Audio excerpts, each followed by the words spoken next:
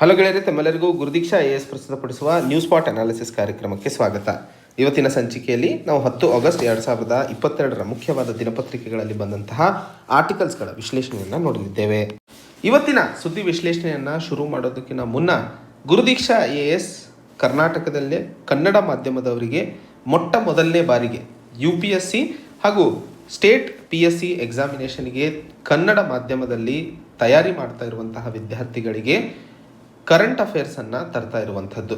ಬಹಳಷ್ಟು ಪ್ರಯತ್ನಗಳ ಒಂದು ಸಂದರ್ಭದಲ್ಲಿ ಬಹಳಷ್ಟು ವಿದ್ಯಾರ್ಥಿಗಳು ಸರ್ ಕ್ಲಾಸಸ್ ಏನೋ ನಡೀತಾ ಇದೆ ಚೆನ್ನಾಗಿ, ಬಟ್ ನೋಟ್ಸ್ ಒಂದು ಸಿಕ್ಕಿದರೆ ಅನುಕೂಲ ಆಗ್ತಿತ್ತು ಅನ್ನುವಂತಹ ಬೇಡಿಕೆಯನ್ನು ನಾನು ಹಿಂದೆ ಕೆಲಸ ಮಾಡ್ತಿದ್ದಂತಹ ಸಂಸ್ಥೆ ಹಾಗೂ ಈ ಒಂದು ವಿಡಿಯೋ ಶುರು ಮಾಡಿದಂತಹ ಸಂದರ್ಭದಲ್ಲೂ ಸಹ ಕೇಳಿ ಬರ್ತಾ ಇತ್ತು.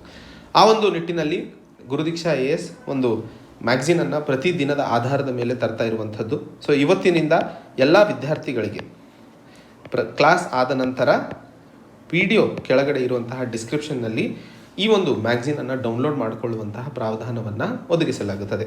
ಇದರ ಜೊತೆಯಲ್ಲಿ ಪ್ರತಿ ತಿಂಗಳು ಮಂತ್ಲಿ ಮ್ಯಾಗ್ಝಿನನ್ನು ಸಹ ತಮಗೆ ಒದಗಿಸುವಂತಹ ಪ್ರಯತ್ನಗಳನ್ನು ಗುರುದೀಕ್ಷಾ AS ಮಾಡಲಿದೆ.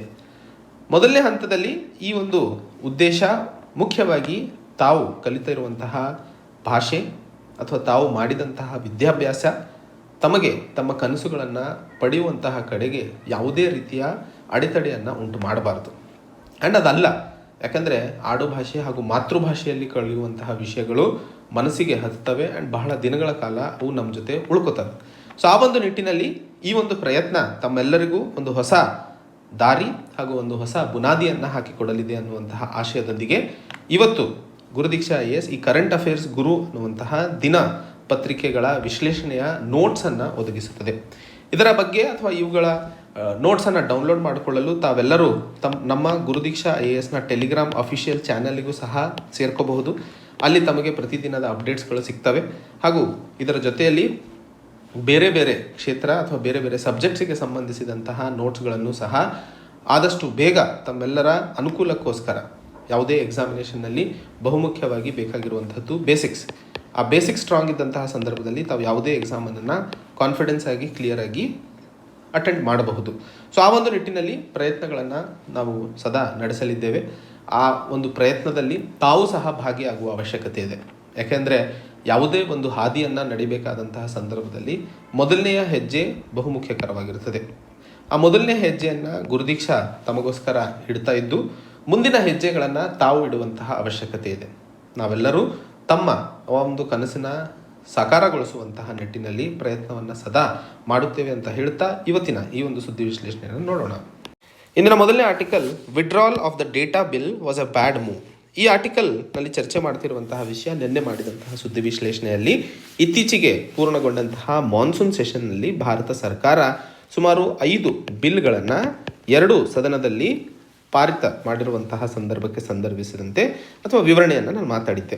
ಒಂದು ಬಿಲ್ಲನ್ನು ಮಾತ್ರ ಹಿಂಪಡೆದುಕೊಳ್ಳಲಾಗಿದೆ ಅನ್ನುವಂತಹ ಮಾತನ್ನು ಸಹ ಹೇಳಿದ್ದೆ. ಆ ಬಿಲ್ ಯಾವುದು ಹಿಂಪಡೆದುಕೊಳ್ಳಲಾಗಿತ್ತು ಅಂತಂದಾಗ ಪರ್ಸನಲ್ ಡೇಟಾ ಪ್ರೊಟೆಕ್ಷನ್ ಬಿಲ್ 2019. ಈ ಒಂದು ಆರ್ಟಿಕಲಲ್ಲಿ ಲೇಖಕರು ಬಹುಮುಖ್ಯವಾಗಿ ಸರ್ಕಾರ ಹಿಂತೆಗೆದುಕೊಂಡಿರುವಂತಹ ಈ ಒಂದು ಪರ್ಸನಲ್ ಡೇಟಾ ಪ್ರೊಟೆಕ್ಷನ್ ಬಿಲ್ 2019ರ ನಡೆ ಏನಿದೆ ಅದು ಸರಿ ಅಲ್ಲ ಅನ್ನುವಂತಹ ಮಾತನ್ನು ಹೇಳ್ತಾ ಇರುವಂಥದ್ದು. ಈಗ ಸರಿ ಅಲ್ಲ ಅಂತಂದರೆ ಅದಕ್ಕೆ ಏನಾದರೂ ವಿವರಣೆಯನ್ನು ಕೊಡಲೇಬೇಕು. ಸೊ ಆ ವಿವರಣೆಯನ್ನು ಸಂಕ್ಷಿಪ್ತವಾಗಿ ನಾವಿಲ್ಲಿ ನೋಡಲಿರುವಂಥದ್ದು. ಈ ಇಡೀ ಆರ್ಟಿಕಲ್ ಬಹುಮುಖ್ಯವಾಗಿ ಸರ್ಕಾರ ತರ್ತಾ ಇರುವಂತಹ ಒಂದು ಕಾನೂನಿಗೆ ಸಂಬಂಧಿಸಿದಂತಹ ವಿಶೇಷ ಅಥವಾ ವಿಷಯವಾದಂತಹ ಸಂದರ್ಭದಲ್ಲಿ ಇದು ನಮಗೆ GS ಪೇಪರ್ 2 ಪಾಲಿಟಿಗೆ ಸಂಬಂಧಿಸಿದಂತೆ ಬಹುಮುಖ್ಯಕರವಾಗಿ ಉಪಯೋಗವಾಗಿರುವಂತಹ ಮಾಹಿತಿಯಾಗಿರ್ತದೆ. ಮೊದಲನೇ ಹಂತದಲ್ಲಿ ಈ ಪರ್ಸನಲ್ ಡೇಟಾ ಪ್ರೊಟೆಕ್ಷನ್ ಬಿಲ್ನ ಇತಿಹಾಸವನ್ನು ಅರ್ಥೈಸ್ಕೊಳ್ಳೋಣ. ಯಾಕಂದರೆ ಈ ಬಿಲ್ ಯಾಕೆ ಬಂತು ಅನ್ನುವಂಥದ್ದು ಮಾಹಿತಿ ನಮಗೆ ಗೊತ್ತಿರಬೇಕಲ್ಲ. ಈ ಒಂದು ಪರ್ಸನಲ್ ಡೇಟಾ ಪ್ರೊಟೆಕ್ಷನ್ ಬಿಲ್ಲಿಗೆ ಸಂಬಂಧಿಸಿದಂತೆ ಚರ್ಚೆ ಶುರುವಾಗಿದ್ದು 2017ರಲ್ಲಿ. 2017 ನಮಗೆಲ್ಲ ಇನ್ನೊಂದು ಬಹುಮುಖ್ಯವಾದಂತಹ ಜಜ್ಮೆಂಟ್ ನೆನಪಿಸ್ಕೋಬೇಕಾಗಿರುವಂಥದ್ದು KS ಪುಟ್ಟಸ್ವಾಮಿ ಜಜ್ಮೆಂಟ್ ಅನ್ನುವಂಥದ್ದು. ಈ KS ಪುಟ್ಟಸ್ವಾಮಿ ಜಜ್ಮೆಂಟ್ನಲ್ಲಿ ಸರ್ವೋಚ್ಚ ನ್ಯಾಯಾಲಯವು ರೈಟ್ ಟು ಪ್ರೈವಸಿಯನ್ನು ಮೂಲಭೂತ ಹಕ್ಕಾಗಿ ಘೋಷಣೆ ಮಾಡಿತು. ಸೊ ಯಾವುದು ನೈತಿಕವಾಗಿರುವಂಥದ್ದು ಪರ್ಸನಲ್ ಆಗಿರುತ್ತದೆಯೋ ಡೇಟಾ ಅದನ್ನು ಕಾಪಾಡುವಂಥದ್ದು ಮೂಲಭೂತ ಹಕ್ಕು ಅನ್ನುವಂತಹ ಒಂದು ಮನ್ನಣೆಯನ್ನು ಕೊಟ್ಟು ಒಂದು ಸಾರಿ ಭಾಗ 3ರ ಅಡಿಯಲ್ಲಿ ಮೂಲಭೂತ ಹಕ್ಕುಗಳ ಅಡಿಯಲ್ಲಿ ಯಾವುದಾದರೂ ಪ್ರಾವಧಾನ ಬಂದಂತಹ ಸಂದರ್ಭದಲ್ಲಿ ಅವುಗಳನ್ನು ಕಾಪಾಡುವಂತಹ ನಿಟ್ಟಿನಲ್ಲಿ ನ್ಯಾಯಾಲಯ ತನ್ನ ಶಕ್ತಿ ಅಥವಾ ಪವರನ್ನು ಸಂವಿಧಾನದ ಅಡಿಯಲ್ಲಿ ಉಪಯೋಗಿಸಬಹುದು. ಸೊ ಆ ಒಂದು ನಿಟ್ಟಿನಲ್ಲಿ ಈ ಒಂದು ಜಜ್ಮೆಂಟ್ನ ಆಧಾರದ ಮೇಲೆ ಒಂದು BN ಶ್ರೀಕೃಷ್ಣ ಕಮಿಟಿಯನ್ನು ರಚನೆ ಮಾಡಲಾಯಿತು. ಈ BN ಶ್ರೀಕೃಷ್ಣ ಕಮಿಟಿ ಯಾಕಂದರೆ ಅಲ್ಲಿವರೆಗೂ ದೇಶದಲ್ಲಿ ಈ ಒಂದು ಪರ್ಸನಲ್ ಡೇಟಾಗೆ ಸಂಬಂಧಿಸಿದಂತೆ ಯಾವುದೇ ಸರಿಯಾದ ಕಾನೂನುಗಳು ಇಲ್ಲದಂತಹ ಸಂದರ್ಭದಲ್ಲಿ BN ಶ್ರೀಕೃಷ್ಣ ಕಮಿಟಿಯನ್ನು 2018ರಲ್ಲಿ ಡೇಟಾ ಪ್ರೊಟೆಕ್ಷನ್ನಿಗೆ ಸಂಬಂಧಿಸಿದಂತೆ ಒಂದು ಬಿಲ್ಲನ್ನು ರಚನೆ ಮಾಡುವಂತಹ ನಿಟ್ಟಿನಲ್ಲಿ ರೆಕಮೆಂಡೇಷನ್ಸನ್ನು ಕೊಡಿ ಅನ್ನುವಂತಹ ವಿಷಯಕ್ಕೆ ಸಂಬಂಧಿಸಿದಂತೆ ರಚನೆ ಮಾಡಲಾಗಿತ್ತು. ರಚನೆ ಮಾಡಿದಂತಹ BN ಶ್ರೀಕೃಷ್ಣ ಕಮಿಟಿ ಕೆಲಸವನ್ನೇನು ಶುರು ಮಾಡಿತು 2018ರಲ್ಲಿ. ಶುರು ಮಾಡಿದಂತಹ ಕೆಲಸ 2019ರಲ್ಲಿ ಸರ್ಕಾರಕ್ಕೆ ತನ್ನ ವರದಿಯನ್ನು ಸಲ್ಲಿಸಿದಂತಹ ವರದಿಯನ್ನು ಪಡ್ಕೊಂಡು ಸರ್ಕಾರ ಪರ್ಸನಲ್ ಡೇಟಾ ಪ್ರೊಟೆಕ್ಷನ್ ಬಿಲ್ ಅನ್ನುವಂಥದ್ದು 2019ರಲ್ಲಿ ಲೋಕಸಭೆಯಲ್ಲಿ ಜಾರಿಗೆ ತಂತು. ಈ ಒಂದು ಬಿಲ್ನಲ್ಲಿ ಬಹಳಷ್ಟು ವಿಷಯಗಳಿಗೆ ಸಂಬಂಧಿಸಿದಂತೆ ಕಾಂಟ್ರವರ್ಸಿಗಳು, ಯಾಕೆಂದರೆ ಯಾವುದಾದ್ರೂ ಒಂದು ವಿಷಯ ಪರ್ಸನಲ್ ಡೇಟಾ ಪ್ರೊಟೆಕ್ಷನ್ ಮಾಡುವಂತಹ ವಿಷಯಕ್ಕೆ ಸಂಬಂಧಿಸಿದಂತೆ ಬಹಳ ಸೆನ್ಸಿಟಿವ್ ಇಶ್ಯೂ ಆಗಿರೋದ್ರಿಂದ ಈ ಒಂದು ಬಿಲ್ಲನ್ನು ಜಾಯಿಂಟ್ ಪಾರ್ಲಿಮೆಂಟ್ರಿ ಕಮಿಟಿಗೆ ವರ್ಗಾಯಿಸ್ತಾರೆ. ಸೊ ಆ ಒಂದು ಕಮಿಟಿ ಅದನ್ನು ತಿಳ್ಕೊಂಬಿಟ್ಟು ಅಥವಾ ಓದಿ ಭಾರತದ ಆರ್ಥಿಕ ಅಥವಾ ಭಾರತದ ವ್ಯವಸ್ಥೆಯಲ್ಲಿ ಇದರಲ್ಲಿ ಬೇಕಾದಂತಹ ಯಾವ ಬದಲಾವಣೆಗಳನ್ನು ಮಾಡುವ ಅವಶ್ಯಕತೆ ಇದೆ ಅನ್ನುವಂತಹ ಸೂಚನೆಗಳನ್ನು ಕೊಡುವಂತಹ ನಿಟ್ಟಿನಲ್ಲಿ ಈ ಒಂದು ಜಾಯಿಂಟ್ ಪಾರ್ಲಿಮೆಂಟರಿ ಕಮಿಟಿ ಸುಮಾರು 21ಕ್ಕಿಂತ ಬಹಳಷ್ಟು ಅಂದರೆ 18-21 ಅಮೆಂಡ್ಮೆಂಟ್ಸ್ಗಳನ್ನು ಇದಕ್ಕೆ ಸೂಚಿಸಿರುತ್ತದೆ. ಆ ಅಮೆಂಡ್ಮೆಂಟ್ಸ್ಗಳಿಗೆ ಸಂಬಂಧಿಸಿದಂತೆ ಯಾವ ರೀತಿಯಲ್ಲಿ ವಿಷಯಗಳನ್ನು, ಯಾವ ರೀತಿಯಲ್ಲಿ ಕಾರ್ಪೊರೇಟ್ ಕ್ಷೇತ್ರಗಳನ್ನು, ಯಾವ ರೀತಿಯಲ್ಲಿ ಪ್ರೈವೇಟ್ ಕ್ಷೇತ್ರಗಳನ್ನು ಹಾಗೂ ಯಾವ ರೀತಿಯಲ್ಲಿ ಸರ್ಕಾರಿ ಕ್ಷೇತ್ರಗಳನ್ನು ಈ ಒಂದು ಪರ್ಸನಲ್ ಡೇಟಾ ಪ್ರೊಟೆಕ್ಷನ್ ಬಿಲ್ನಲ್ಲಿ ಇರುವಂತಹ ಪ್ರಾವಧಾನಗಳು ಏನಿದ್ವಲ್ಲ ಅವುಗಳಿಗೆ ಸಂಬಂಧಿಸಿದಂತೆ ಒಂದಿಷ್ಟು ವಿರೋಧವನ್ನು ವ್ಯಕ್ತಪಡಿಸುತ್ತದೆ. ಆ ವಿರೋಧ ಅಥವಾ ಬದಲಾವಣೆಗಳನ್ನು ಸಂಬಂಧಿಸಿದಂತೆ ಸರ್ಕಾರ ಒಂದಿಷ್ಟು ಕ್ರಮಗಳನ್ನು ಕೈಗೊಂಡು ಈಗ 2022ರಲ್ಲಿ ಆ ಒಂದು ಬಿಲ್ಲನ್ನು ಜಾರಿಗೆ ತಂದಿರುತ್ತದೆ. ಬಟ್ ಆದರೂ ಸಹ ಒಂದಿಷ್ಟು ಪ್ರಾವಧಾನಗಳು ಅಥವಾ ಒಂದಿಷ್ಟು ವಿಷಯಗಳು ಇಲ್ಲಿ ಇನ್ನೂ ಅಮೆಂಡ್ಮೆಂಟ್ಸ್ಗಳಿಗೆ ಸಂಬಂಧಿಸಿದಂತೆ ಸರ್ಕಾರ ಯಾವುದೇ ಪೂರ್ಣವಾದಂತಹ ಕ್ರಮವನ್ನು ತಗೊಳ್ಳದೇ ಇದ್ದಂತಹ ಸಂದರ್ಭದಲ್ಲಿ 2022ರ ಮಾನ್ಸೂನ್ ಸೆಷನ್ನಲ್ಲಿ ಇಂಟ್ರಡ್ಯೂಸ್ ಮಾಡಬಹುದಾದಂತಹ ಬಿಲ್ಲನ್ನು ಅಥವಾ ವಿಡ್ರಾ ಮಾಡುತ್ತದೆ, ಪಾಸ್ ಮಾಡಬಹುದಾದಂತಹ ಬಿಲ್ಲನ್ನು. ಸೊ ಒಟ್ಟು 2017ರಿಂದ 2022 ಅಂತಂದರೆ 5 ವರ್ಷಗಳ ಕೆಲಸ, 5 ವರ್ಷದ ಪ್ರಯತ್ನ ದೇಶದಲ್ಲಿ ಏನು ಪರ್ಸನಲ್ ಡೇಟಾ ಪ್ರೊಟೆಕ್ಷನ್ ಬಿಲ್ಲಿಗೆ ಸಂಬಂಧಿಸಿದಂತೆ ತರುವ ಅವಶ್ಯಕತೆ ಇತ್ತೋ ಅದು ಮತ್ತೆ ನಿಂತು ಹೋಗಿರುವಂಥದ್ದು ಒಂದಿಷ್ಟು ದುರ್ದಾಯಕವಾದಂತಹ ಸಂಗತಿ ಅಂತ ಹೇಳಿ.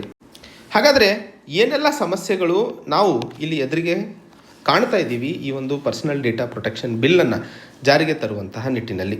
ಮೊದಲನೇ ಹಂತದಲ್ಲಿ ಸರ್ಕಾರ ಇಲ್ಲಿ ತನ್ನ ಒಂದಿಷ್ಟು ವಿರೋಧವನ್ನು ಈ ಬಿಲ್ಲನ್ನು ಮುಂದೆ ತರೋದಕ್ಕೆ ತೋರಿಸ್ತಾ ಇರುವಂಥದ್ದು ಮುಖ್ಯವಾಗಿ ಒಂದಿಷ್ಟು ಸರ್ಕಾರಿ ಇನ್ಸ್ಟಿಟ್ಯೂಷನ್ಸ್ಗಳನ್ನು ಈ ಒಂದು ಪರ್ಸನಲ್ ಡೇಟಾ ಪ್ರೊಟೆಕ್ಷನ್ ಬಿಲ್ಲಿಂದ ಹೊರ ಇಡಬೇಕು ಅನ್ನುವಂಥದ್ದು. ಯಾಕೆ ಅಂತಂದರೆ ದೇಶದ ಸಾರ್ನಿಟಿ ಮತ್ತು ಇಂಟಿಗ್ರಿಟಿಯ ಹೆಸರಿನಲ್ಲಿ ಸರ್ಕಾರ ಈಗಾಗಲೇ ಬಹಳಷ್ಟು ಇನ್ಫಾರ್ಮೇಷನನ್ನು, ಜನರ ಸೂಕ್ಷ್ಮವಾದಂತಹ ಮಾಹಿತಿಗಳನ್ನು ಬಳಸ್ಕೊಳ್ತಾ ಇದೆ. ಸೊ ಆ ರೀತಿಯಾಗಿ ಆಗುವಂತಹ ಸಂದರ್ಭದಲ್ಲಿ ಅಥವಾ ಆ ರೀತಿಯಾಗಿ ಯಾವುದಾದ್ರೂ ಕೃತ್ಯ ನಡೆದಂತಹ ಸಂದರ್ಭದಲ್ಲಿ ಈ ಒಂದು ಸರ್ಕಾರಿ ಕ್ಷೇತ್ರಗಳು ಯಾವ ಕೆಲಸ ಮಾಡ್ತಿದ್ದಾವೋ ಅವರಿಗೆ ಇದರಿಂದ ಎಫೆಕ್ಟ್ ಆಗಬಾರ್ದು ಅನ್ನುವಂಥದ್ದು ಮೊದಲನೆಯ ಒಂದಿಷ್ಟು ಸಮಸ್ಯೆ ನಾವಿಲ್ಲಿ ಕಾಣ್ತಾ ಇರುವಂಥದ್ದು. ಎರಡನೇದು, ಜಾಯಿಂಟ್ ಪಾರ್ಲಿಮೆಂಟರಿ ಕಮಿಟಿ ವರ್ಷನ್ ಏನಿತ್ತಲ್ಲ ಅದು ಸ್ಟ್ರಾಂಗ್ ರೆಗ್ಯುಲೇಟರ್ ಏನೋ ಈ ಒಂದು ಪರ್ಸನಲ್ ಡೇಟಾ ಪ್ರೊಟೆಕ್ಷನ್ಗೆ ಸಂಬಂಧಿಸಿದಂತೆ ತರ್ತಾ ಇದ್ದಾರೆ. ರೆಗ್ಯುಲೇಟರ್ ಅಂದ್ರೇನು? ಈಗ ಯಾವುದೇ ಕಾನೂನು ಬಂದಂತಹ ಸಂದರ್ಭದಲ್ಲಿ ಅವುಗಳಲ್ಲಿ ಆಗುವಂತಹ ಉಲ್ಲಂಘನೆಗಳಿಗೆ ಸಂಬಂಧಿಸಿದಂತೆ ಒಂದು ಸಮಿತಿ ಇರಬೇಕು. ಸೊ ಈ ರೆಗ್ಯುಲೇಟರ್ ಏನೋ ರಚನೆ ಆಗ್ತಾ ಇದೆ, ಯಾವುದು ಗಟ್ಟಿಯಾಗಿರುವಂಥದ್ದು. ಆದರೆ ಇದಕ್ಕೆ ಯಾವುದೇ ಪಾರದರ್ಶಕತೆ ಇಲ್ಲ ಹಾಗೂ ಯಾವುದೇ ಅಕೌಂಟಬಿಲಿಟಿ ಇಲ್ಲದೆ ಇರುವಂಥದ್ದು ಈ ಒಂದು ಸಂಸ್ಥೆ ಅಥವಾ ಈ ಒಂದು ಕಮಿಟಿ ಎಷ್ಟರ ಮಟ್ಟಿಗೆ ಸರಿಯಾಗಿ ಕೆಲಸ ಮಾಡುತ್ತದೆ ಅನ್ನುವಂಥದ್ದು. ಎರಡನೇ ಹಂತದಲ್ಲಿ ಈ ಪರ್ಸನಲ್ ಡೇಟಾ ಪ್ರೊಟೆಕ್ಷನ್ ಬಿಲ್ನಲ್ಲಿ ಲೋಕಲೈಸೇಷನ್ ಪ್ರಾವಧಾನ ಇದೆ. ಲೋಕಲೈಸೇಷನ್ ಎಂದ್ರೇನು? ಉದಾಹರಣೆಗೆ US, ಚೈನಾ, ಜಪಾನ್ನ ಕಂಪನಿಗಳು ಭಾರತದ ಒಂದು ನೆಲೆಯಲ್ಲಿ ತಮ್ಮ ಆಪರೇಷನ್ಸ್ಗಳನ್ನು ನಡೆಸ್ತಾ ಇದ್ದಂತಹ ಸಂದರ್ಭದಲ್ಲಿ ಸೊ ಮಾಹಿತಿ ಏನು ಭಾರತದಲ್ಲಿ ಗಳಿಸ್ತಾರೋ ಅದನ್ನು ಭಾರತದಲ್ಲೇ ಸ್ಟೋರ್ ಮಾಡಿಡಬೇಕು. ಸರ್ವರ್ ಅವ್ರದ್ದು ಜಪಾನಾಗಿದೆ ಅಂತಂದರೆ ಒಪ್ಪೋದಿಲ್ಲ ಅನ್ನುವಂಥದ್ದು. ಸೊ ಈ ಲೋಕಲೈಸೇಷನ್ ಪ್ರಾವಧಾನದಿಂದಾಗಿ ಬಹಳ ದೊಡ್ಡ ಮಟ್ಟದಲ್ಲಿ ಪ್ರೈವೇಟ್ ಕಂಪನಿಗಳಿಗೆ ಹೆಚ್ಚಿನ ಸರ್ವರ್ ಖರ್ಚು ಮಾಡಬೇಕಾಗುತ್ತೆ. ಯಾಕಂದರೆ ಮುಂಚೆ ಆಗಲೇ ಮಾಡಿರ್ತಾರೆ ಎಲ್ಲೋ ಒಂದು ಕಡೆ, ಮತ್ತೆ ಹೊಸದಾಗಿ ಭಾರತದಲ್ಲಿ ಇಡಬೇಕು ಅಂತಂದರೆ. ಆ್ಯಂಡ್ ಇದರಿಂದಾಗಿ ದೇಶದಲ್ಲಿ ಕಂಪನಿದವರು ಮತ್ತೆ ಹೊರ ಹೋಗುವಂತಹ ಸನ್ನಿವೇಶಗಳು ಹೆಚ್ಚಾಗ್ತವೆ ಅನ್ನುವಂಥದ್ದು. ಮೂರನೇ, ಬಹುಮುಖ್ಯವಾದಂತಹ ಪಾಯಿಂಟ್ ಈ ಬಿಲ್ನಲ್ಲಿ ವಿರೋಧವನ್ನು ಕಾಣ್ತಾ ಇರುವಂಥದ್ದು. ಇದಲ್ಲದೆ ಪರ್ಸನಲ್ ಮತ್ತು ನಾನ್ ಪರ್ಸನಲ್ ಎರಡೂ ಡೇಟಾವನ್ನು ಒಂದೇ ಕಾನೂನಿನ ಅಡಿಯಲ್ಲಿ ತರುವಂತಹ ರೆಕಮೆಂಡೇಷನ್ ಏನು ಜಾಯಿಂಟ್ ಪಾರ್ಲಿಮೆಂಟರಿ ಕಮಿಟಿ ಕೊಟ್ಟಿದೆಯೋ ಆ ಒಂದು ವಿಷಯಕ್ಕೆ ಸಂಬಂಧಿಸಿದಂತೆ ಸರ್ಕಾರ ತನ್ನ ಸಮ್ಮತವನ್ನು ಕೊಡದೇ ಇರುವಂಥದ್ದು ಸಹ ಇಲ್ಲಿ ಬಹುಮುಖ್ಯವಾಗಿ ಒಂದಿಷ್ಟು ಚರ್ಚೆಗೆ ಒಳಗಾಗ್ತಾ ಇರುವಂತಹ ಮಾಹಿತಿಯಾಗಿರುತ್ತದೆ. ಇಲ್ಲಿ ಅರ್ಥ ಮಾಡಿಕೊಳ್ಳಬೇಕಾಗಿರುವಂಥದ್ದು ಒಟ್ಟಾರೆ ಪರ್ಸನಲ್ ಡೇಟಾ ಪ್ರೊಟೆಕ್ಷನ್ ಬಿಲ್ ಬರೋದರಿಂದ ಜನರಿಗೆ ಆಗುವಂತಹ ಲಾಭ ಏನು. ಈಗ ದೇಶದಲ್ಲಿ ಇರುವಂತಹ ಕಾನೂನಿನ ಪ್ರಕಾರ ಯಾರಾದರೂ ನಮ್ಮ ಪ್ರೈವೇಟ್ ಮ್ಯಾಟರನ್ನು ಸರ್ಕಾರ ಬಳಸಿದಂತಹ ಸಂದರ್ಭದಲ್ಲಿ ಅವರ ವಿರುದ್ಧ ಯಾವುದೇ ಕ್ರಮವನ್ನು ಕೈಗೊಳ್ಳುವಂತಹ ನಿಟ್ಟಿನಲ್ಲಿ ನಾವು ಕೋರ್ಟಿನ ಮೊರೆ ಹೋಗಲು ಸಾಧ್ಯವಿಲ್ಲ, ಯಾಕಂದರೆ ಕಾನೂನು ಸರಿಯಾಗಿ ಇಲ್ಲ. ಅದೇ ಈ ರೀತಿಯ ಪರ್ಸನಲ್ ಡೇಟಾ ಪ್ರೊಟೆಕ್ಷನ್ ಬಿಲ್ ಬಂದಂತಹ ಸಂದರ್ಭದಲ್ಲಿ ಆ ಕಾನೂನಿನಲ್ಲಿ ಇರುವಂತಹ ಪ್ರಾವಧಾನಗಳನ್ನು ಉಪಯೋಗಿಸಿ ನಾವು ಕೋರ್ಟಿನಲ್ಲಿ ಅಥವಾ ನ್ಯಾಯಾಲಯದಲ್ಲಿ ನಮ್ಮ ವಿರುದ್ಧ ಅಥವಾ ನಮ್ಮ ನೈತಿಕವಾದಂತಹ ಅಥವಾ ನಮ್ಮ ಪ್ರೈವೇಟ್ ಮ್ಯಾಟರ್ಸ್ನ ಏನಾದರೂ ವೈಲೇಟ್ ಮಾಡಿದಂತಹ ಸರ್ಕಾರಿ ಸಂಸ್ಥೆ ಆಗಿರಬಹುದು, ಇಲ್ಲ ಪ್ರೈವೇಟ್ ಸಂಸ್ಥೆ ಆಗಿರ್ಬೋದು. ಸರ್ಕಾರಕ್ಕೇನೋ ಜವಾಬ್ದಾರಿ ಇರುತ್ತೆ, ಬಟ್ ಪ್ರೈವೇಟು ಯಾವುದೇ ಕಾರಣಕ್ಕೂ ಫಂಡಮೆಂಟಲ್ ರೈಟ್ಸ್ನ ಅಡಿಯಲ್ಲಿ ಬರೋದಿಲ್ಲ.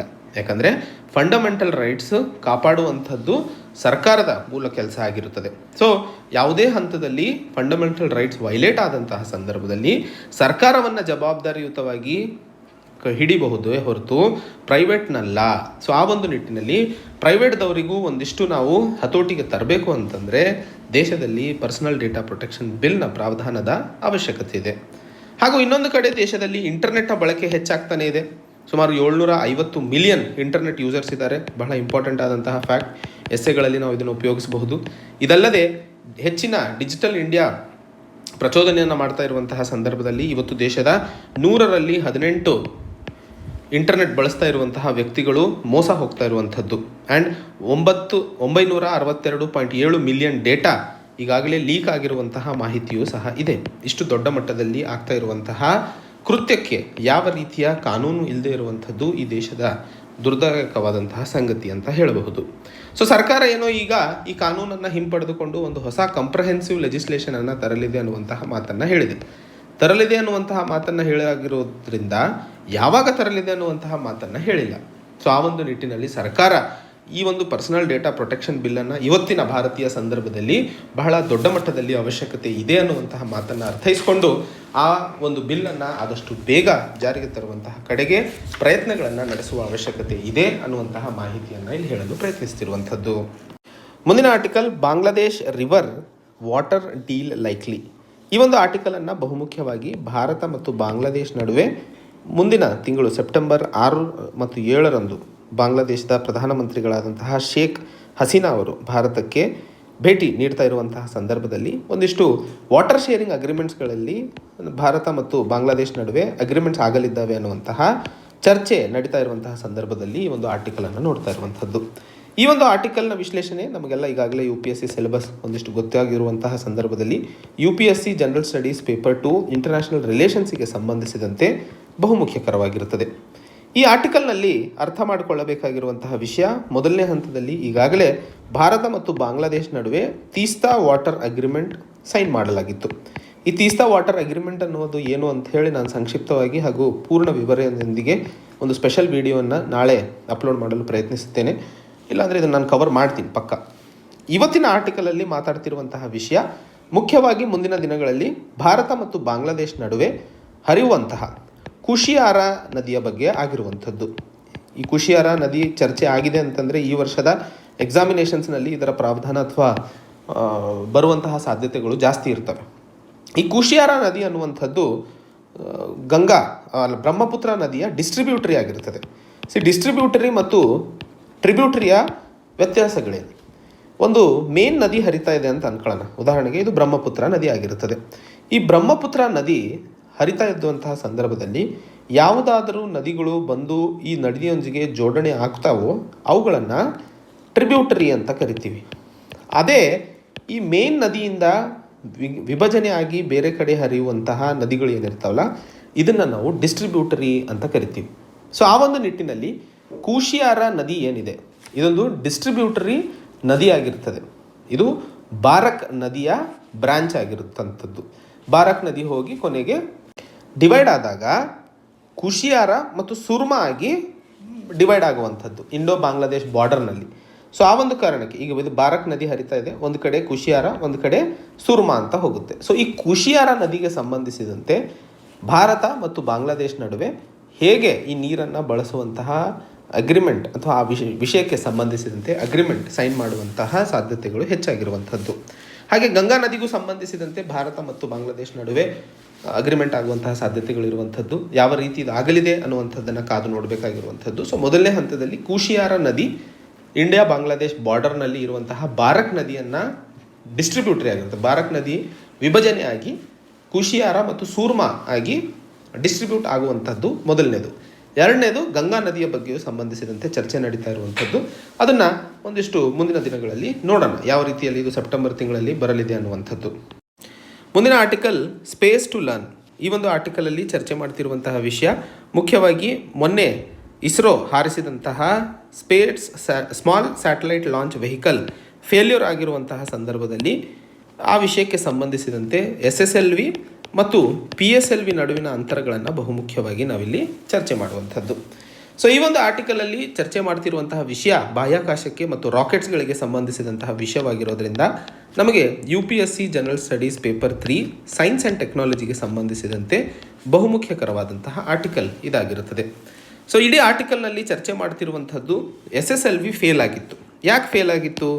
ಈ ಸ್ಮಾಲ್ ಸ್ಯಾಟಲೈಟ್ ಲಾಂಚ್ ವೆಹಿಕಲ್ 3 ಸ್ಟೇಜ್ಗಳಲ್ಲಿ ಸಾಲಿಡ್ ಪ್ರೊಪೆಲೆಂಟ್ಸ್ ಇರ್ತವೆ. ಸೊ ಈ 3 ಸ್ಟೇಜ್ಗಳಲ್ಲಿ ಇದ್ದಂತಹ ಸಾಲಿಡ್ ಫ್ಯೂಯಲ್ ಏನಿತ್ತೋ ಇದು ಸರಿಯಾಗಿ ಕೆಲಸ ಮಾಡಿದೆ. ಕೊನೆಯ ಹಂತದಲ್ಲಿ ಇದ್ದಂತಹ ಸೆನ್ಸರ್ ಸರಿಯಾಗಿ ಕೆಲಸ ಮಾಡದೇ ಇರುವಂತಹ ಕಾರಣಕ್ಕೆ ಭೂಮಿಯ ಸುತ್ತ ಇರುವಂತಹ ಸರ್ಕ್ಯುಲರ್ ಆರ್ಬಿಟ್ನಲ್ಲಿ ಕೂರೋ ಬದಲಿಗೆ ಎಲಿಪ್ಟಿಕಲ್ ಆರ್ಬಿಟಲ್ಲಿ ಕೂತ್ಕೊಳ್ಳುತ್ತೆ. ಸರ್ಕ್ಯುಲರ್ ಅಂತಂದರೆ ಈಕ್ವಲ್ ರೇಡಿಯಸ್ ಇರುವಂತಹ ಒಂದು ಸುತ್ತನ್ನು ಸರ್ಕ್ಯುಲರ್ ಅಂತ ಕರಿತೀವಿ. ಅದೇ ಒಂದು ಕಡೆ ಹೆಚ್ಚಿನ ರೇಡಿಯಸ್ ಹಾಗೂ ಇನ್ನೊಂದು ಕಡೆ ಕಡಿಮೆ ರೇಡಿಯಸ್ ಇರುವಂತಹ ಒಂದು ಚಕ್ರವನ್ನು ಎಲಿಪ್ಟಿಕಲ್ ಅಂತ ಕರಿತೀವಿ. ಸೊ ಈ SSLV ಹಾರಿಸಿದಂತಹ ಅರ್ತ್ ಅಬ್ಸರ್ವೇಷನ್ ಸ್ಯಾಟಲೈಟ್ ಹಾಗೂ ಇನ್ನೊಂದು ಹೆಣ್ಮಕ್ಳು ತಯಾರಿ ಮಾಡಿದಂತಹ ಆಜಾದಿ ಸ್ಯಾಟ್ ಅನ್ನುವಂತಹ ಸ್ಯಾಟಲೈಟ್ ಹೋಗಿ ಸರ್ಕ್ಯುಲರ್ ಆರ್ಬಿಟ್ನಲ್ಲಿ ಕೂತ್ಕೊಳ್ಳುವಂತಹ ಪ್ರಾವಧಾನವನ್ನು ಬಿಟ್ಟು ಎಲಿಪ್ಟಿಕಲ್ ಆರ್ಡರಲ್ಲಿ ಕೂತ್ಕೋತು. ಹೀಗೆ ಆದಂತಹ ಕಾರಣಕ್ಕೆ ಈ ಒಂದು ಇಡೀ ಮಿಷನ್ ಫೇಲ್ ಆಯಿತು ಅನ್ನುವಂಥದ್ದು. ಸೊ ಈ ಫೇಲ್ ಆದಂತಹ ಸಂದರ್ಭದಲ್ಲಿ ಮುಂದಿರುವಂತಹ ಪ್ರಶ್ನೆ, ಸ್ಮಾಲ್ ಸ್ಯಾಟಲೈಟ್ ಲಾಂಚ್ ವೆಹಿಕಲ್ನ ಬಳಸ್ಕಿದ್ದು ಸರಿ ಇತ್ತಾ? PSLV ಯಾಕೆ ಬಳಸಲಿಲ್ಲ ಅನ್ನುವಂಥದ್ದು. ಈಗ ಈ SSLV ಬಗ್ಗೆ ಮಾತಾಡಬೇಕು ಅಂತಂದರೆ ಇದು ಬರೀ 35 ಮೀಟರ್ಗಳ ಎತ್ತರ ಹಾಗೂ 2 ಮೀಟರ್ಗಳ ಡಯಾಮೀಟರ್ ಇರುವಂತಹ ಒಂದು ಸಣ್ಣ ಸ್ಯಾಟಲೈಟ್ ಆಗಿರ್ತದೆ. ಆದರೆ PSLV ಬಹಳ ದೊಡ್ಡ ಗಾತ್ರದ್ದಾಗಿದ್ದು ಬಹಳ ದೊಡ್ಡ ಮಟ್ಟದ ಫ್ಯೂಯಲ್, ಬಹಳ ದೊಡ್ಡ ಮಟ್ಟದ ತಂತ್ರಜ್ಞಾನವನ್ನು ಬಳಸುತ್ತದೆ. 500 kg ಸ್ಯಾಟಲೈಟ್ಸ್ಗಳನ್ನು ಹಾರಿಸಲು SSLV ಬಹಳ ಉತ್ತಮವಾಗಿರುತ್ತದೆ. ಈಗಾಗಲೇ PSLV ಬಹಳ ಬಾಹ್ಯಾಕಾಶ ಯಾತ್ರೆಗಳನ್ನು ಸಕ್ಸಸ್ಫುಲ್ಲಾಗಿ ನಡೆಸಿರುವಂತಹ ಸಂದರ್ಭದಲ್ಲಿ ಸ್ಮಾಲ್ ಸ್ಯಾಟಲೈಟ್ ಲಾಂಚ್ ವೆಹಿಕಲ್ನ ಪ್ರಯತ್ನ ಸರ್ಕಾರದ ಅಥವಾ ದೇಶದ ಬಾಹ್ಯಾಕಾಶ ಕ್ಷೇತ್ರದಲ್ಲಿ ಒಂದು ಹೊಸ ಬದಲಾವಣೆ, ಒಂದು ಹೊಸ ಅಧ್ಯಾಯವನ್ನು ಶುರು ಮಾಡಲಿದೆ ಅನ್ನುವಂಥದ್ದು. ಒಂದು ಕಡೆ SSLV ತುಂಬ ಫ್ಲೆಕ್ಸಿಬಲ್ ಆಗಿರುತ್ತದೆ. ಇದರಲ್ಲಿ ಮಲ್ಟಿಪಲ್ ಸ್ಯಾಟಲೈಟ್ಸ್ಗಳನ್ನು, ಒಂದಕ್ಕಿಂತ ಹೆಚ್ಚಿನ ಸ್ಯಾಟಲೈಟ್ಸ್ಗಳನ್ನು ಇಲ್ಲಿ ಆನ್ ಡಿಮಾಂಡ್ ಮೇಲೆ ಕಳಿಸಬಹುದು ಆ್ಯಂಡ್ ಬಹಳ ಕಡಿಮೆ ಇನ್ಫ್ರಾಸ್ಟ್ರಕ್ಚರ್ ಇದಕ್ಕೆ ಬೇಕಾಗಿರುತ್ತದೆ. ಆದರೆ PSLVಗೆ ಒಂದಿಷ್ಟು ಲಿಮಿಟೇಷನ್ಸ್ಗಳಿದ್ದಾವೆ ಸ್ಯಾಟಲೈಟ್ಸ್ಗಳನ್ನು ಕಳಿಸೋದ್ರಲ್ಲಿ ಆ್ಯಂಡ್ ಹೆಚ್ಚಿನ ಇನ್ಫ್ರಾಸ್ಟ್ರಕ್ಚರ್ ಬೇಕಾಗಿರುತ್ತದೆ. ಹೀಗೆ SSLV ಸಣ್ಣ ಗಾತ್ರದಲ್ಲಿ ಅಥವಾ ಸಣ್ಣ ಮಟ್ಟದಲ್ಲಿ, ಸಣ್ಣ ಬಜೆಟ್ನಲ್ಲಿ ಹೆಚ್ಚಿನ ಸ್ಯಾಟಲೈಟ್ಸ್ಗಳನ್ನು ಸರಿಸುಮಾರು ಲೋ ಅರ್ತ್ ಆರ್ಬಿಟ್ 500ರಿಂದ 1000 ಕಿಲೋಮೀಟರ್ ಹೈಟ್ನವರೆಗೂ ಭೂಮಿಯಿಂದ ಸೇರಿಸಬಹುದು ಅನ್ನುವಂತಹ ವಿಷಯವನ್ನು ಇಲ್ಲಿ ಬಹುಮುಖ್ಯವಾಗಿ ಅರ್ಥೈಸಿಕೊಳ್ಳಬೇಕು. ಆ್ಯಂಡ್ ಯಾವುದೇ ಕ್ಷೇತ್ರದಲ್ಲಿ, ಅದರಲ್ಲೂ ಭಾರತ ಬಹುಮುಖ್ಯವಾಗಿ ಬಾಹ್ಯಾಕಾಶ ಕ್ಷೇತ್ರದಲ್ಲಿ ಏನು ಖರ್ಚು ಮಾಡುತ್ತೋ ಅದು ಬೇರೆ ರಾಷ್ಟ್ರಗಳಿಗಿಂತಲೂ ಬಹಳ ಕಡಿಮೆ ಇರುವಂಥದ್ದು. ಸೊ ಸೈನ್ಸ್ ಅನ್ನುವಂಥದ್ದು ಟ್ರಯಲ್ ಆ್ಯಂಡ್ ಎರರಿಂದಲೇ ಬೆಳೆಯುವಂಥದ್ದು. ಇದು ಏನು ಒಂದೇ ರಾತ್ರಿಯಲ್ಲಿ ಅಥವಾ ಒಂದೇ ದಿನದಲ್ಲಿ ಪರ್ಫೆಕ್ಟಾಗಿ ಬಂದ್ಬಿಡುತ್ತೆ ಅನ್ನುವಂತಹ ವಿಷಯಗಳು ಇರೋದಿಲ್ಲ. ಸೊ ಆ ಒಂದು ಕಾರಣಕ್ಕೆ ಈ ಒಂದು ಪ್ರಯತ್ನ ಬಹಳ ಶ್ಲಾಘನೀಯವಾಗಿರುತ್ತದೆ. ಇಸ್ರೋವನ್ನು ಮೆಚ್ಚಬೇಕು. ಯಾಕಂದರೆ ಪ್ರಯತ್ನ ಮಾಡಿದಂತಹ ಸಂದರ್ಭದಲ್ಲಿ ಮಾತ್ರ ಸಕ್ಸಸ್ಸನ್ನು ಕಾಣಲು ಸಾಧ್ಯವಾಗುತ್ತದೆ. ಪ್ರಯತ್ನ ಮಾಡಿಲ್ಲ ಅಂತಂದರೆ ಯಾವುದೇ ಕಾರಣಕ್ಕೂ ಸಕ್ಸಸ್ ಸಿಗೋಕ್ಕೆ ಸಾಧ್ಯ ಇಲ್ಲ ಅನ್ನುವಂತಹ ವಿಷಯವನ್ನು ಸಹ ನಾವಿಲ್ಲಿ ಪಾಠವನ್ನಾಗಿ ಕಲಿಯುವ ಅವಶ್ಯಕತೆ ಇದೆ. ಮುಂದಿನ article rankings that make no sense. ಈ ಒಂದು ಆರ್ಟಿಕಲಲ್ಲಿ ನಾವು ಚರ್ಚೆ ಮಾಡ್ತಿರುವಂತಹ ವಿಷಯ ಬಹುಮುಖ್ಯವಾಗಿ national institutional ranking framework July ತಿಂಗಳಲ್ಲಿ ರಿಲೀಸ್ ಮಾಡಲಾಗಿತ್ತು. ಈ ನ್ಯಾಷನಲ್ ಇನ್ಸ್ಟಿಟ್ಯೂಷನಲ್ ರ್ಯಾಂಕಿಂಗ್ ಫ್ರೇಮ್ವರ್ಕ್ ಬಹುಮುಖ್ಯವಾಗಿ 6 ಪ್ಯಾರಾಮೀಟರ್ಸ್ಗಳ ಆಧಾರದ ಮೇಲೆ ದೇಶದಲ್ಲಿ ಇರುವಂತಹ ಕಾಲೇಜಸ್ ಮತ್ತು ಯೂನಿವರ್ಸಿಟೀಸ್ಗಳನ್ನು ರ್ಯಾಂಕಿಂಗ್ ಕೊಡುತ್ತೆ. ಆ ರ್ಯಾಂಕಿಂಗ್ಗಳ ಆಧಾರದ ಮೇಲೆ ಕಾಲೇಜಸ್ಗಳಿಗೆ ಒಂದಿಷ್ಟು ಆಟಾನಮಿ ಮತ್ತು ಒಂದಿಷ್ಟು ಫಂಡ್ಸ್ಗಳನ್ನು ಕೊಡುವಂತಹ ವಿಷಯಕ್ಕೆ ಸಂಬಂಧಿಸಿದಂತೆ ಸರ್ಕಾರ ತಂದಿರುವಂತಹ ಒಂದು ಕ್ರಮ. ಇಲ್ಲಿ ಚರ್ಚೆ ಮಾಡ್ತಿರುವಂತಹ ವಿಷಯ ಬಹುಮುಖ್ಯವಾಗಿ ಹೈಯರ್ ಎಜುಕೇಷನಿಗೆ ಸಂಬಂಧಿತವಾದಂತಹ ವಿಷಯವಾಗಿರೋದ್ರಿಂದ ನಮಗೆ UPSC ಜನರಲ್ ಸ್ಟಡೀಸ್ ಪೇಪರ್ 2 ಗವರ್ನೆನ್ಸಿಗೆ ಸಂಬಂಧಿಸಿದಂತೆ ಬಹುಮುಖ್ಯಕರವಾದಂತಹ ಆರ್ಟಿಕಲ್ ಇದಾಗಿರುತ್ತದೆ. ಸೊ ಹೈಯರ್ ಎಜುಕೇಷನ್ ಕ್ಷೇತ್ರದಲ್ಲಿ ಉನ್ನತವಾದಂತಹ ಬದಲಾವಣೆಗಳನ್ನು ತರುವಂತಹ ನಿಟ್ಟಿನಲ್ಲಿ ಈ ಒಂದು ನ್ಯಾಷನಲ್ ಇನ್ಸ್ಟಿಟ್ಯೂಷನಲ್ ರ್ಯಾಂಕಿಂಗ್ ಫ್ರೇಮ್ವರ್ಕನ್ನು ಜಾರಿಗೆ ತರಲಾಯಿತು. ಇದರಲ್ಲಿ 6 ಪ್ಯಾರಾಮೀಟರ್ಸ್ಗಳಂತ ಹೇಳಿದೆ. ಒಂದರನೇದು ಟೀಚಿಂಗ್, ಹೇಗೆ ಅಲ್ಲಿ ಟೀಚ್ ಮಾಡ್ತಾರೆ ಅನ್ನುವಂಥದ್ದು. ಎರಡನೇದು ಲರ್ನಿಂಗ್ ಆ್ಯಂಡ್ ರಿಸೋರ್ಸ್, ಕಲಿಕೆ ಮತ್ತು ಇರುವಂತಹ ಸಾಧನಗಳಿಗೆ ಸಂಬಂಧಿಸಿದಂತೆ. ಮೂರನೇದು ರಿಸರ್ಚ್ ಆ್ಯಂಡ್ ಪ್ರೊಫೆಷ್ನಲ್ ಔಟ್ಕಮ್ ಅಥವಾ ಪ್ರಾಕ್ಟೀಸ್. ನಾಲ್ಕನೇದು ಗ್ರ್ಯಾಜುಯೇಷನ್ ಔಟ್ಕಮ್. ಐದನೇದು ಔಟ್ರೀಚ್ ಆ್ಯಂಡ್ ಇನ್ಕ್ಲೂಸಿವಿಟಿ. ಸೊ ಎಷ್ಟು ಜನಕ್ಕೆ ಯಾವ ಯಾವ ವರ್ಗದವರಿಗೆ ಇಲ್ಲೆಲ್ಲ ಇನ್ಕ್ಲೂಸಿವಿಟಿ ಕೊಟ್ಟಿದ್ದಾರೆ ಅನ್ನುವಂಥದ್ದು. ಹಾಗೂ ಆರನೇದು ಪರ್ಸೆಪ್ಷನ್. ಸೊ ಈ 6 ಪ್ರಾವಧಾನಗಳ ಮೇಲೆ ದೇಶದಲ್ಲಿ ಇರುವಂತಹ ಕಾಲೇಜಸ್ಗಳನ್ನು ಒಂದಿಷ್ಟು ಮಾರ್ಕ್ಸ್ಗಳನ್ನು ಕೊಡ್ತಾರೆ. ಆ ಮಾರ್ಕ್ಸ್ಗಳ ಆಧಾರದ ಮೇಲೆ ರ್ಯಾಂಕಿಂಗ್ಗಳನ್ನು ಕೊಡುವಂಥದ್ದು. ಈಗ ಲೇಖಕರು ಇಲ್ಲಿ ಹೇಳ್ತಾ ಇರುವಂಥದ್ದು ಜುಲೈ ತಿಂಗಳಲ್ಲಿ ಬಂದಂತಹ ಈ ನ್ಯಾಷನಲ್ ಇನ್ಸ್ಟಿಟ್ಯೂಷನಲ್ ರ್ಯಾಂಕಿಂಗ್ ಫ್ರೇಮ್ವರ್ಕ್ನಲ್ಲಿ ಪ್ರೈವೇಟ್ ಲಾ ಕಾಲೇಜ್ಗಳು ಬಹಳಷ್ಟು ನ್ಯಾಷನಲ್ ಲಾ ಕಾಲೇಜಸ್ ಅಥವಾ ಯೂನಿವರ್ಸಿಟೀಸ್ಗಿಂತಲೂ ಉತ್ತಮವಾದ ರ್ಯಾಂಕನ್ನು ಪಡ್ಕೊಂಡಿದ್ದಾವೆ. ಇಲ್ಲಿ ಸಮಸ್ಯೆ ಉದ್ಭವ ಆಗುತ್ತೆ. ಯಾಕಂದರೆ ದೇಶದ ಕಾಮನ್ ಲಾ ಆಪ್ಟಿಟ್ಯೂಡ್ ಟೆಸ್ಟ್ ಬಹುಮುಖ್ಯವಾಗಿ ನ್ಯಾಷನಲ್ ಲಾ ಯೂನಿವರ್ಸಿಟೀಸಲ್ಲಿ ತಾವು ಅಡ್ಮಿಷನನ್ನು ಬರೀಬೇಕು ಅಂದರೆ 12ನೇ ತರಗತಿ ಆದಮೇಲೆ ಕಾಮನ್ ಲಾ ಆಪ್ಟಿಟ್ಯೂಡ್ ಟೆಸ್ಟ್ ಅನ್ನುವಂತಹ ಪರೀಕ್ಷೆಯನ್ನು ಬರೀಬೇಕು. ಈ ಪರೀಕ್ಷೆಯ ಸ್ಟ್ಯಾಟಿಸ್ಟಿಕ್ಸನ್ನು ನೋಡಿದಂತಹ ಸಂದರ್ಭದಲ್ಲಿ ದೇಶದ ಬಹಳಷ್ಟು ವಿದ್ಯಾರ್ಥಿಗಳು 90%ಕ್ಕಿಂತ ಹೆಚ್ಚಿನ ವಿದ್ಯಾರ್ಥಿಗಳು ಈ ನ್ಯಾಷನಲ್ ಲಾ ಕಾಲೇಜಸಲ್ಲಿ ಓದುವಂತಹ ಆಸೆಯನ್ನು ತೋರಿಸ್ತಾರೆ ಹೊರತು ಪ್ರೈವೇಟ್ಗಲ್ಲ. ಇಲ್ಲಿ ಸಿಗದೇ ಇದ್ದಂತಹ ಸಂದರ್ಭದಲ್ಲಿ ಕೆರಿಯರ್ ಹಾಳು ಮಾಡ್ಕೋಬಾರ್ದು, ಸಮಯ ವ್ಯಯ ಮಾಡಬಾರ್ದು ಅನ್ನುವಂಥ ವಿಷಯಕ್ಕೆ ಪ್ರೈವೇಟ್ ಕಾಲೇಜಸ್ಸಿಗೆ ಹೋಗ್ತಾರೆ. ಹೀಗೆ ಇರುವಂತಹ ಸಂದರ್ಭದಲ್ಲಿ ಹೇಗೆ ಪ್ರೈವೇಟ್ ಕಾಲೇಜಸ್ಗಳು ನ್ಯಾಷನಲ್ ಲಾ ಯೂನಿವರ್ಸಿಟೀಸ್ಗಿಂತಲೂ ಉತ್ತಮವಾದಂತಹ ರ್ಯಾಂಕಿಂಗನ್ನು ಈ ನ್ಯಾಷನಲ್ ಇನ್ಸ್ಟಿಟ್ಯೂಷನಲ್ ರ್ಯಾಂಕಿಂಗ್ ಫ್ರೇಮ್ವರ್ಕಲ್ಲಿ ಪಡ್ಕೊಂಡಿದ್ದಾವೆ ಅಂತಂದಾಗ ಅಲ್ಲಿ ಏನೋ ಒಂದು ಡೇಟಾ ಅಥವಾ ಏನು ಮಾಹಿತಿ ಈ 6 ಪ್ಯಾರಾಮೀಟರ್ಸ್ಗಳಿಗೆ ಸಂಬಂಧಿಸಿದಂತೆ ಕೊಡ್ತಾ ಇದೆಯೋ ಹೈಯರ್ ಎಜುಕೇಷನ್ ಇನ್ಸ್ಟಿಟ್ಯೂಷನ್ಸ್ಗಳು ಅವು ನಕಲಿ ಆಗಿರಬಹುದು ಅನ್ನುವಂಥದ್ದು. ಸೊ ಈ ನಕಲಿ ಆಗಿರಬಹುದು ಅನ್ನುವಂತಹ ವಿಷಯವನ್ನು ಅಥವಾ ಸಮಸ್ಯೆಯನ್ನು ಪರಿಹರಿಸುವಂತಹ ಕಡೆಗೆ ಬಹುಮುಖ್ಯವಾಗಿ ಸರ್ಕಾರ ಪಾರದರ್ಶಕತೆಯನ್ನು ತರುವ ಅವಶ್ಯಕತೆ ಇದೆ. ಯಾವ್ಯಾವ ಕಾಲೇಜುಗಳು ಏನೇನು ಮಾಹಿತಿ ಕೊಟ್ಟಿದ್ದಾವೆ ಅದನ್ನು ವೆಬ್ಸೈಟಲ್ಲಿ ಹಾಕುವುದು ಹಾಗೂ ಸರಿಯಾಗಿ ಅವುಗಳನ್ನು ಅನಲೈಸ್ ಮಾಡುವಂತಹ ಪ್ರಯತ್ನಗಳನ್ನು ನಡೆಸುವ ಅವಶ್ಯಕತೆ ಇದೆ.